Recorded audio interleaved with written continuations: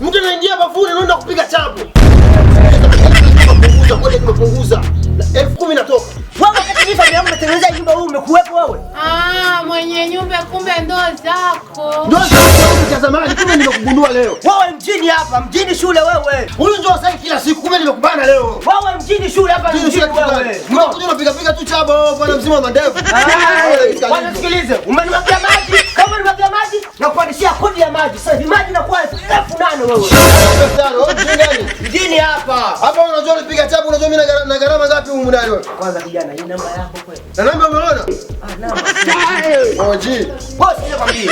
Hapa mimi unakuja nazo namba zako hazitumiki. Sawa, wewe unaona unataka nipande kichwani. Mtu wako kiingia mimi nakula baba. Wewe kijana, sikiliza. Mjini hapa. Kwangu hapa nafanya kile nataka. Bafu langu hapa. Umenielewa? Kwanza wewe ile nyumba wapi unajenga miezi hii mitano. Na kuongezea hapa hela utalipa 5,000. Zinakuwa ngapi? Miezi mitano na ile 5,000.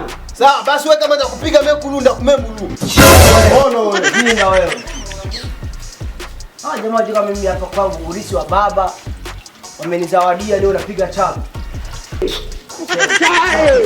Namba kama hizi ni kwangu. Sawa.